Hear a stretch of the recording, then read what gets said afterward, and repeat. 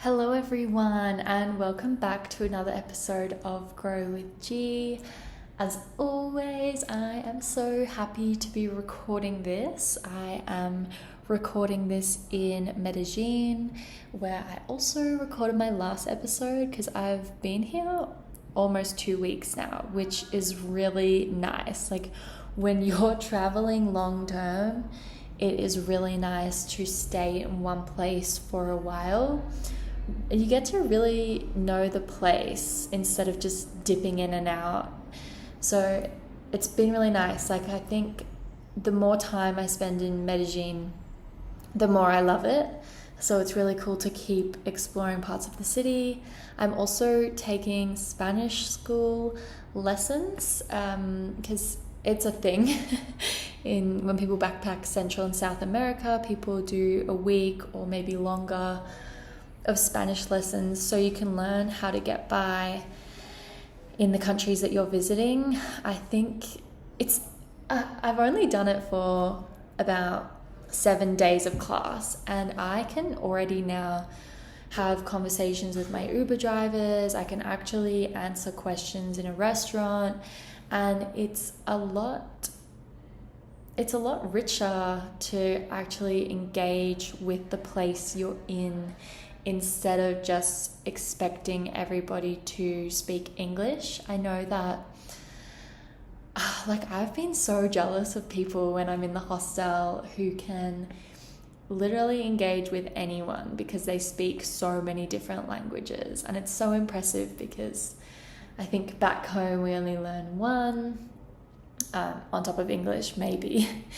and sometimes it can be a little isolating if you're in a hostel and not everybody speaks English, and it would be really cool if you could interact with everyone. So I think it's a more meaningful way to travel when you can speak the language. And I think the best thing about Spanish is it is so widely applicable. Like, if you learn it, it will help you in so many places. I think some of the languages we learn in high school are just so unique to one place or a few countries. I'm really shocked why we don't all learn Spanish. Anyway, if you're planning a South America, Central America trip, I highly, highly recommend doing language school. It's been incredible, and yeah, really nice to stay in the one spot for a little bit. And I'm staying in a hostel attached to the school, but people also do homestays. It just means you'll speak more Spanish, which could be a good and bad thing. Honestly, my brain is kind of fried after classes, so I don't know if I would want to keep speaking Spanish, but I think you would get a lot more out of it.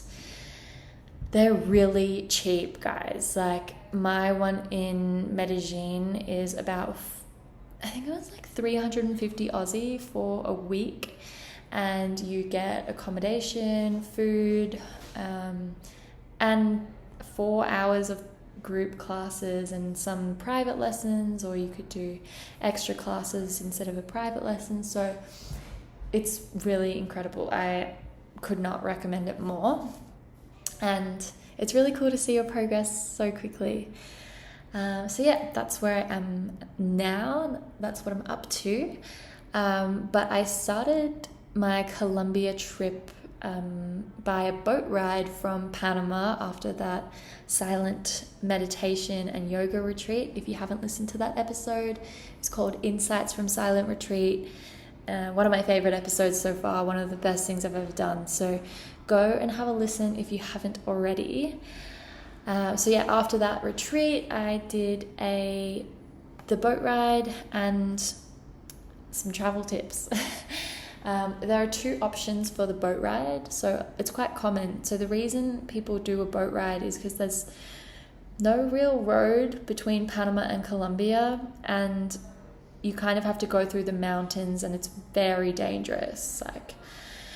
So a lot of people you have to take a boat or you have to fly.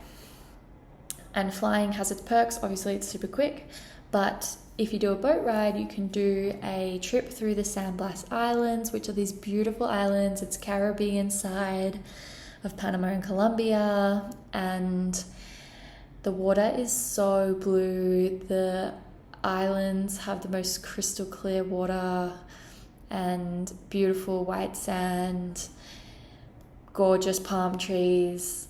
So yeah, I really enjoyed doing the San Blas tour. And yeah, so you could do a speedboat version or a sailboat version, and I was honestly really torn between the two because sailing sounded a lot more luxurious than the speedboats, but the speedboats had other perks, like you spent less time on the boat and more on the islands. You slept on the island instead of the boat.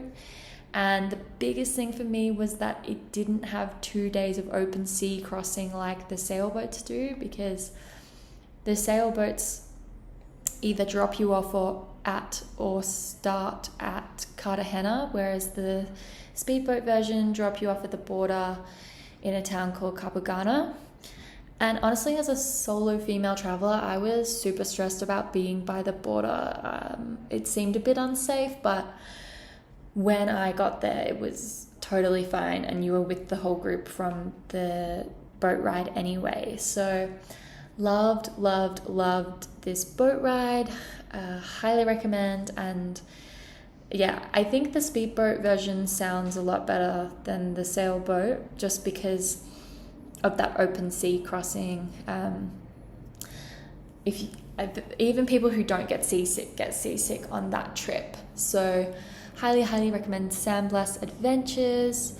If anybody's got any questions about them as a company or what the boat ride is, please feel free to message me. I will happily chat about it.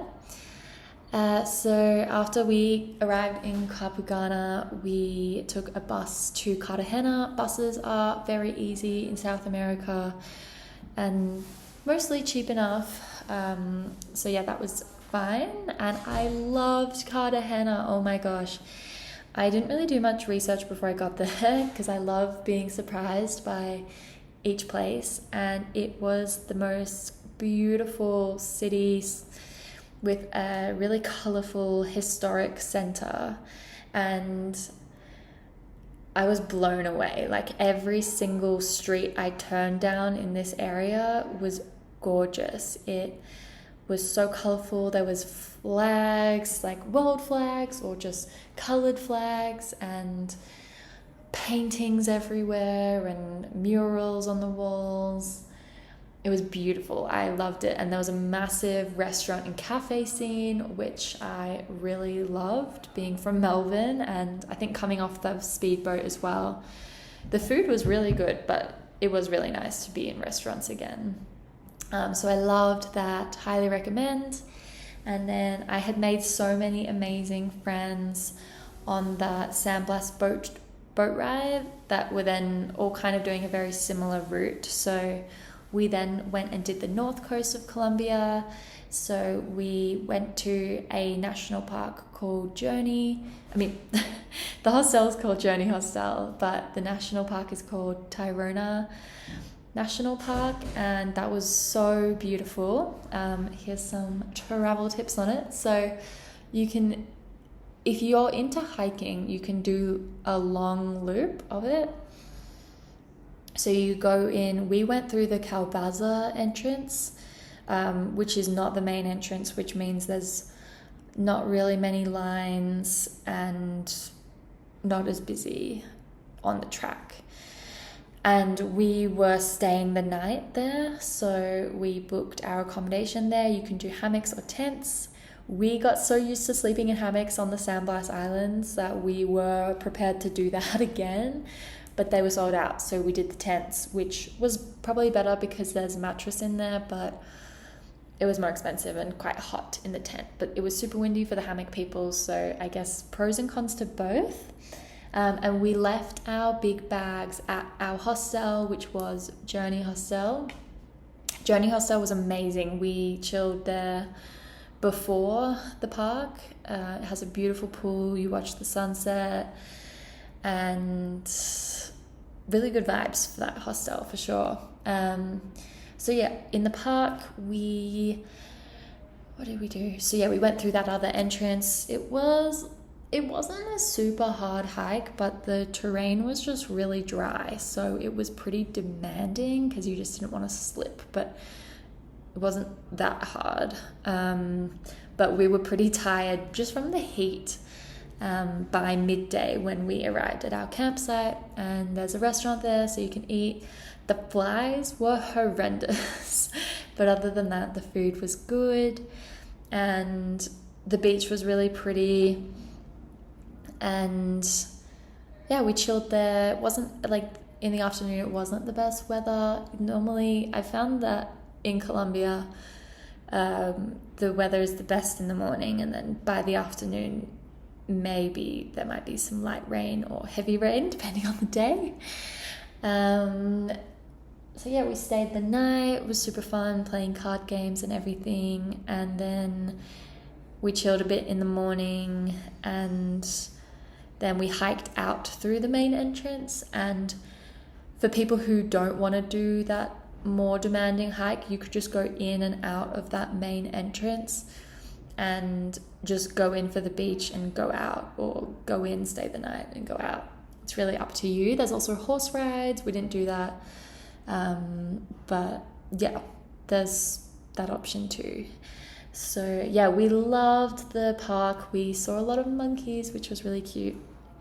It was really fun experience. And then we should have booked another night at Journey afterwards, but because our next hostels were like 20 minutes away, we were like, oh, we'll just go there straight away. But we were so dead. So I definitely recommend one more night at wherever you stay after Tayrona. And I really do think that it was good to stay the night, because I think if we had done that whole hike in one day, you know, when you get to that point where you're so tired and done that you don't appreciate what's in front of you.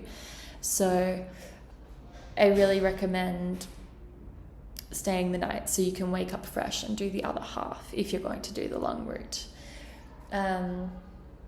So yeah, afterwards we all split off. I went to Costeño Beach Hostel because a friend had recommended that. Some people got an Airbnb in Costeño Beach, and some of the others went to Palomino, which is another town about an hour away, where I went later. So Costeño Beach, it was nice. Like, there wasn't much to do, which was perfect because I was exhausted from Tayrona. I've always considered myself a fit person and able, but I was so dead after seriously not that much hiking. I was originally planning to do, there's a Lost City trek in Colombia, which is a 4-day trek to a lost city through indigenous communities. And I was just like, if this is how I feel after a very casual national park hike, I can absolutely not do this Lost City trek. So I abandoned that plan pretty quickly, which is a shame to realize that you're not as good as you think you are. But sometimes you've got to be honest with yourself and not force yourself to do things that you don't want to do just because people say it's a thing to do. I genuinely think I would have been like, one night down, only 3 to go. And if you're counting down the experience, like, why are you doing it, you know? I think it's really important to get clear on who you are and what you enjoy and what you're capable of, rather than being influenced by what everybody says you should do. I found that I have to get good at, when I'm listening to advice from people on where to go and what to do, you need to make sure that they are a similar person to you, that you've got similar interests, because I have followed some recommendations of very different people and quickly realized, oh, this is not my kind of fun. So yeah, I think it's about getting clear on what you like to do. And I am so guilty of, when I don't know what I want to do, I outsource all of my problems to everyone else, being like, what should I do? But I've learnt that this trip, it's really about getting quiet and spending time with yourself and working out what you want to do. And once you've committed to something, try really hard to stick with it, because I'm somebody, I book something and then the next day I'm like, oh, why did I do that? I should have done something else. I think of new information. And then I'm tempted. I'm like, oh, should I just book a new flight and change my plans? But then I'm going to lose money. I want to learn about why the mind does that, because it's really annoying. And now I'm just trying to go, I made that decision, I'm going to stick with that decision. Indecisiveness is something I definitely suffer from. So if you have any tips on how to deal with that, let me know. So it was really nice to do nothing at Cristeño Beach. There was beach yoga. I was sleeping a lot. I was hardly going out. It was really nice. And then after that, I went to Palomino and I saw some people from my boat ride, which was so good. Oh, wait, I totally forgot to talk about when I was in the national park in Tayrona, I practiced something new and I was really proud of myself. So bringing in the personal development twist on the travel recommendations, what I have been learning about in Buddhism is that we project our entire reality. And that is true because two people can experience the same situation differently. For example, one example that I have firsthand witnessed is somebody saying something to me and in a conversation, and I thought it was useful information, but another person who was listening to that conversation afterwards was like, that was so rude of her. I can't believe she told you, like, said those things to you. Is a very generalized summary of that conversation, but it shows that the words that person said were not rude or were not rude objectively, because the way we interpret it is subjective. Those words in Buddhism, they say, are empty of a nature, because two people can experience it differently. And it's the same for objects too, because think of a pen, right? So we see a pen, we label it mentally as a pen, cool. But when a dog comes in and sees a pen, they don't see a pen, they see chew toy. They start chewing the pen. If the pen had a nature of penness, that dog would start writing. And that demonstrates that we can project any meaning onto anything, which means you are ultimately responsible for how you view your world. Like, are you seeing everything through a lens of negativity and, I don't want to swear, or are you choosing to see the world in a positive way that's so much more fun than the negative way? So in Tayrona National Park, we were on these motorbikes, and it was scary for me. I was very afraid. It was very steep. There was rocky terrain. I genuinely thought I could fall off and really injure myself. And I was sitting in so much fear, and I caught myself and I realized, okay, no matter what my experience is, it doesn't change the outcome. Like, if this guy messes up a turn and we're going down, if I'm afraid or not, doesn't make a difference. Like, yes, we have survival instincts, and that's what fear's purpose is to keep us safe, but the fear in that situation wasn't going to help me.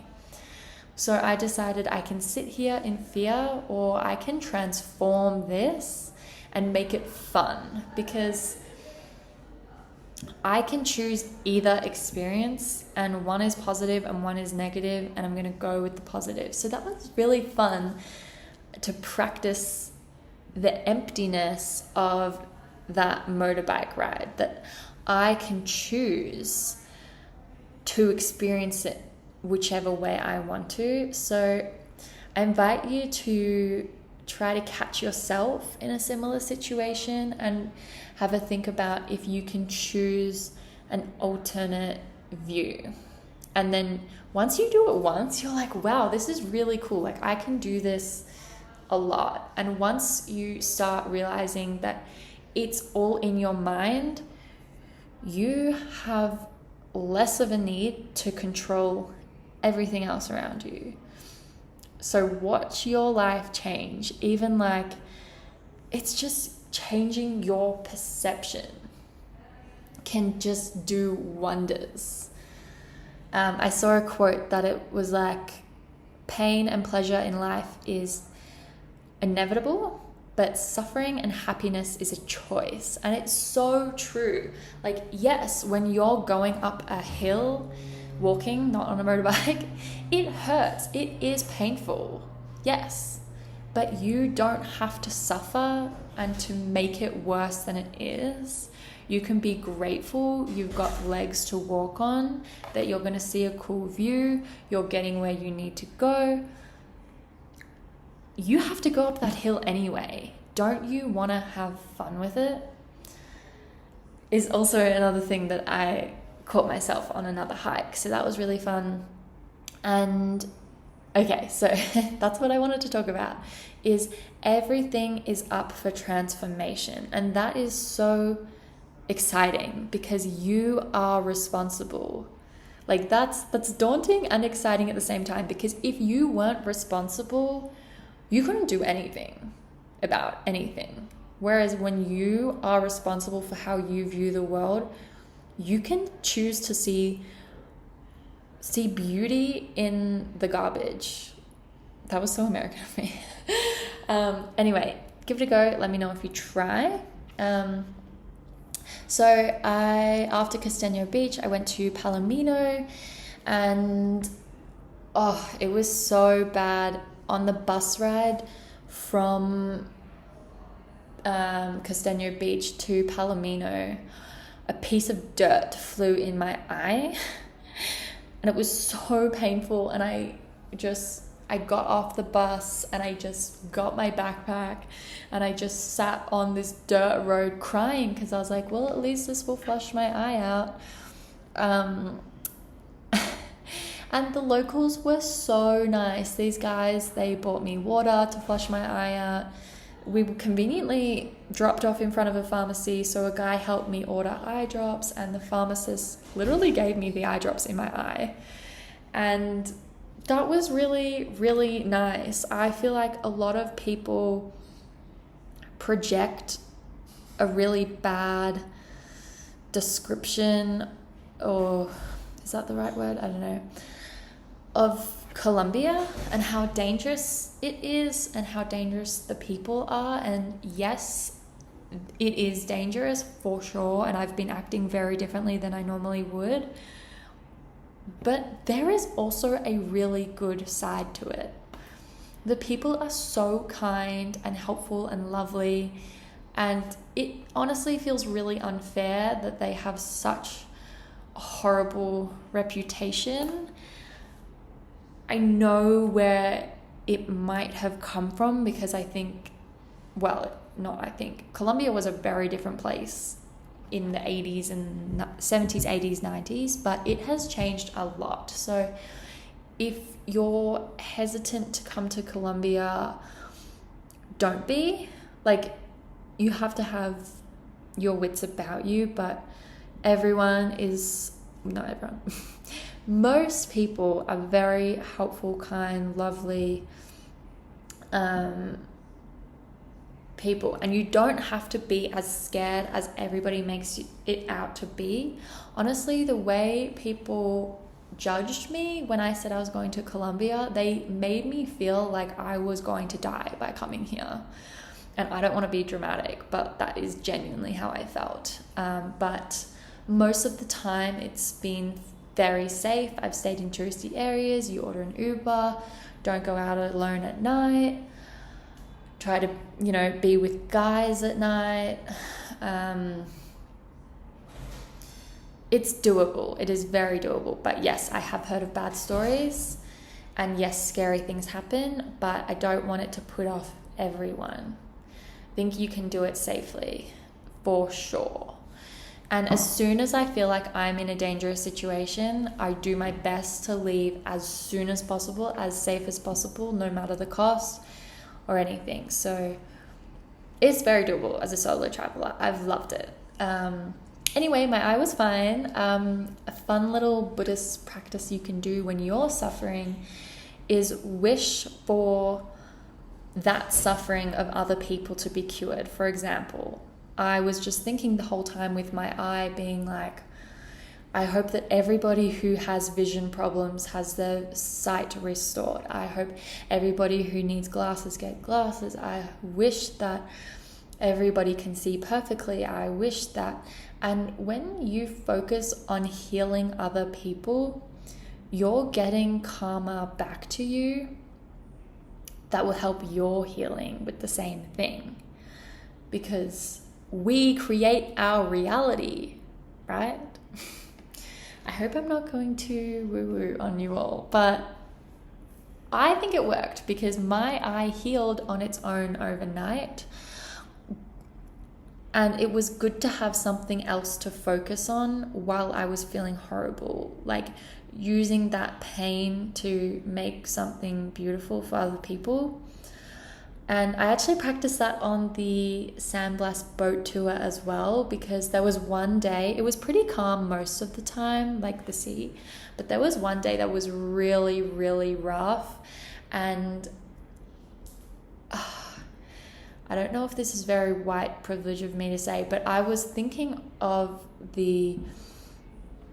people who take really rough boat rides across the seas to flee their country for a safer life.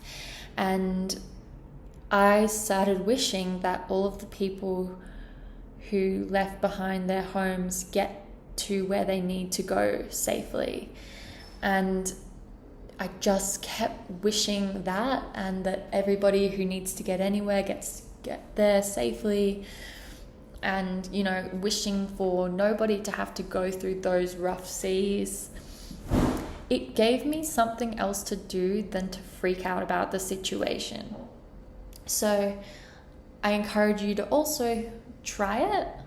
The best thing about Buddhism is it's like, just try things, and if it doesn't work, it doesn't work.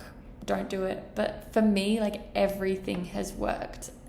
So I hope I'm not losing people by referring to Buddhism, but I'm honestly just finding out so many things that is changing my life. Like, this trip would have been a very different trip for me if I hadn't have studied some of those concepts. So after my eye, Palomino was pretty chill, not a massive beach. There's a lot of nice hostels. You just kind of chill by the pool, beach town vibes, not a lot going on, kind of nice to rest, but some people were going out as well.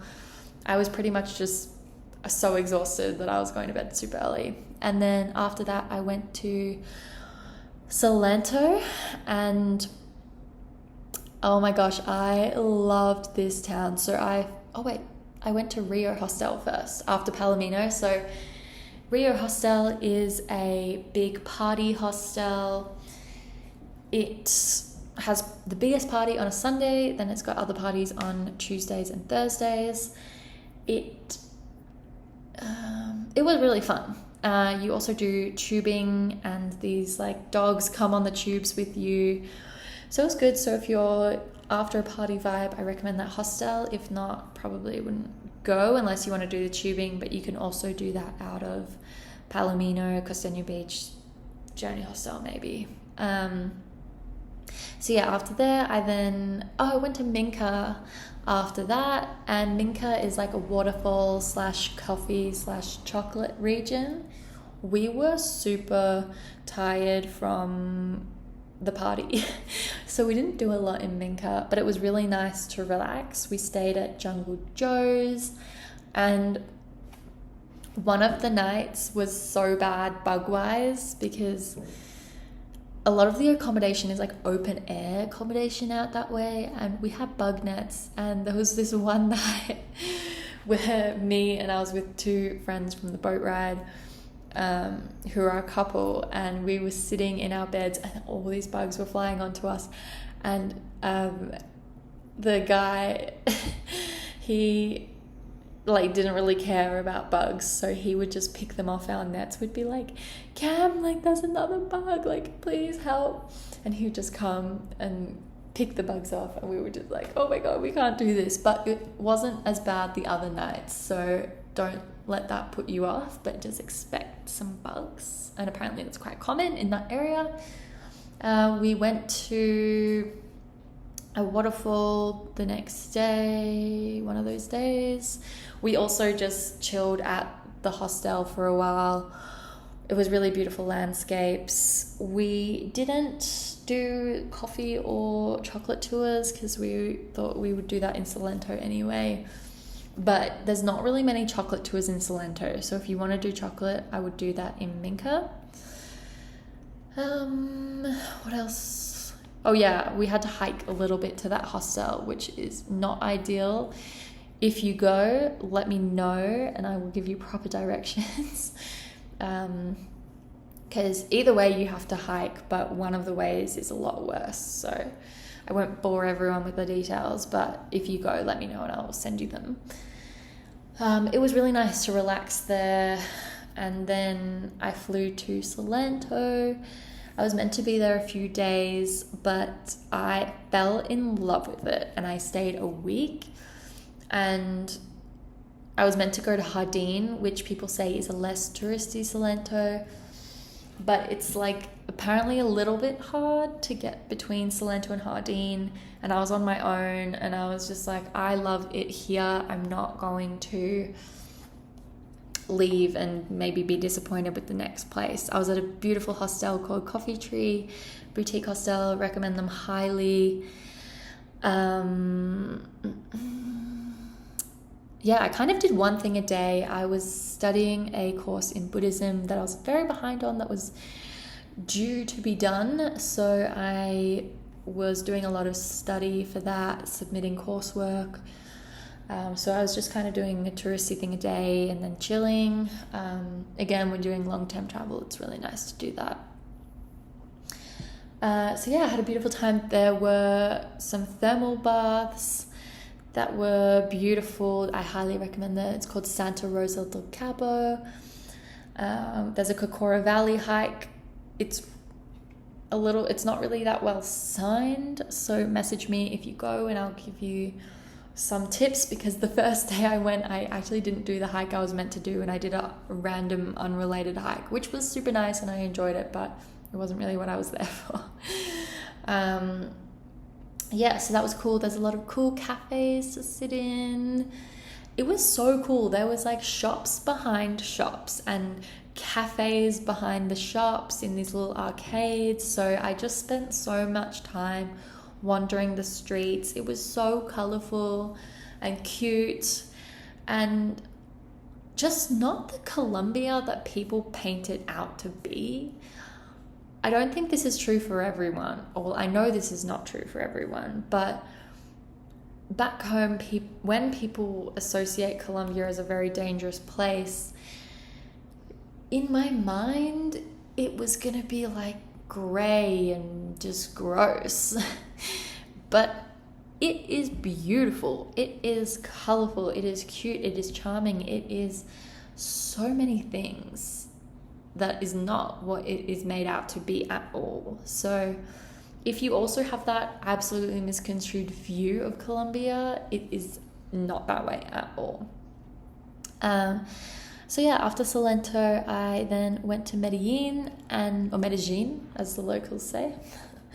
Apparently there's different accents anyway. Medellin, I spent a weekend there before the Spanish school, and I ticked off all of the touristy things, and I remember being like, really? Is this it? Like, I really didn't like it that much when I first got there. But the longer I've spent here, the more I like it. So I really recommend spending at least a week in Medellin so that you can go around the different neighborhoods. A lot of people stay in El Poblado. It's kind of the most touristy, affluent neighborhood, so it feels the safest, definitely. So I recommend it. Another popular neighborhood is Laureles. I just walked around there this afternoon. I still prefer El Poblado, but it was different and nice. And it's really important to, if you do stay in those touristy areas, make sure you get outside them as well. And because it is very easy to just stay in those nice cafes, but you really should try to, well, you don't have to do anything, but if you want to explore a place properly, it's good to get out of those touristy areas. And it's cool to see this place change for me. Like the fact that I didn't really like it when I first got here, and I was like, how am I even going to do a week here? I don't know. But it's fun to watch it transform, even in my mind. Because even a hostel got broken into. So I started to love Medellin. And then I heard that a hostel nearby got broken into. It was a really scary story. And then I freaked out again. And I was like, I don't feel safe in Medellin anymore. I don't want to be here. Why am I here? I was viewing the same streets that I loved the day before in a very different way. And that's just more evidence about what the Buddhists say about everything is empty of a nature, places included. Some people love Medellin, some people hate it. It means it doesn't have a good or bad nature to it. It's how you see it. So once I realized, okay, nothing's happened to me. This is still the same street it was yesterday. Again, I was able to catch myself and be like, I can still have fun here. I don't have to let that one experience discolor and stain my whole view of this area.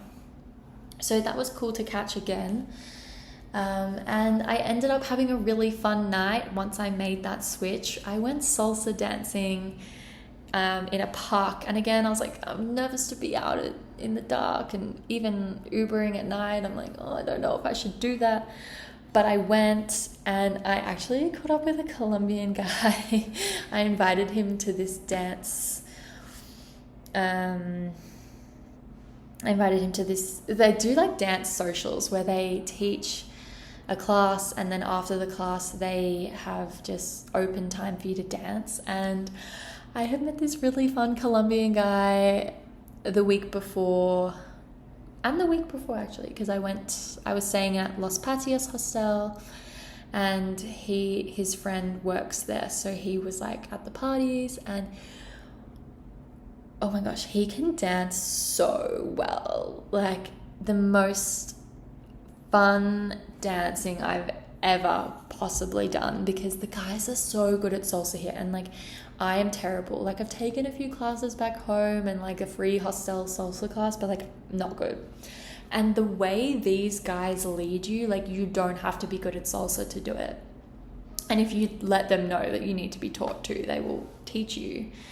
So I had so much fun dancing with these guys.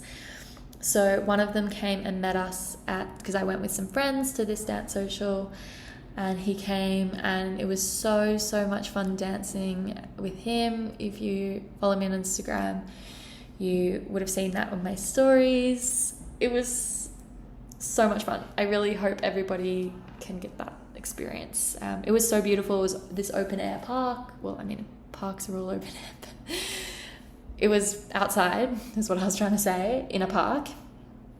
And the city lights were all in the background, glittering, and we were all dancing. It was so beautiful. So come to Colombia. I love it.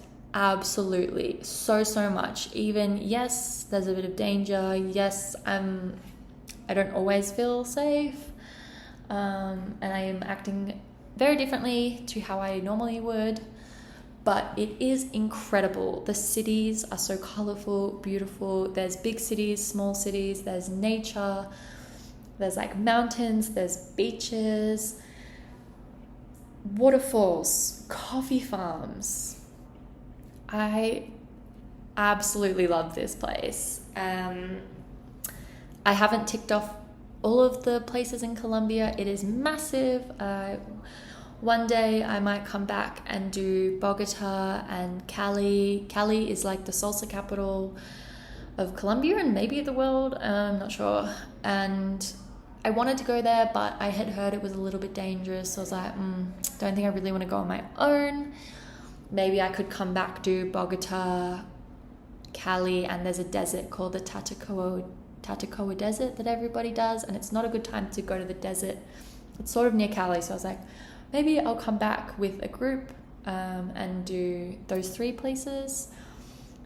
But some people, because people have also said you can skip Bogota, but some people loved it. So again, everything is subjective. It's how you view the world, basically, and anything is up for you to decide, basically. So I figured also if I was ever to come back to Colombia, it would probably be through Bogota, and I wouldn't want to do Bogota twice. So I'm also heading to Costa Rica next, which I'm so excited for. And the flights were kind of the same price out of Medellin and Bogota. But then if I went to Bogota and Cali, I would also be spending money on extra flights. And I spent a lot of money in Brazil, and I'm only just realizing now how much that cost compared to how much I'm spending in Colombia. So I'm trying to cut costs a little bit. So I decided to hold off and not try to do everything at once, because you don't have to. These places will still be here. Don't rush things. That's a message to myself, because I did the thing where I was like, okay, I'm committing to flying out of Medellin. I'm not going to Cali or Bogota. Booked the flight, and now I'm like, oh, why aren't I going to Cali or Bogota? That sounds fun. And then at the same time, I'm also like, oh, I want to do more weeks of Spanish school. Like, my mind is everywhere. So working on taming it. Doing that through the meditations with 3 jewels, which I have been preaching to everyone about on this trip. If you want to learn more about free online meditations that can change your life, let me know. I will talk about it forever. And I have talked forever today. This is my longest episode ever, but there was just way too much to talk about for Colombia, because I love it here and I've been practicing so much. So I really wanted to let you know what was working for me, so it might be helpful for you. I love you so much. Oh, I also should have said, I fully sold my Coachella ticket to stay in Colombia longer. That is how much I loved it. And if you know me, you know I loved Coachella, so it was a big decision. Anyway, Colombia is incredible. I love it, and I love you, and I hope you have the best night or the best day wherever you are listening. Let me know if you listened, if anything is helpful, if you have anything to add, if you had anything you disagreed with. I love talking about this, so let me know. I love you. Bye.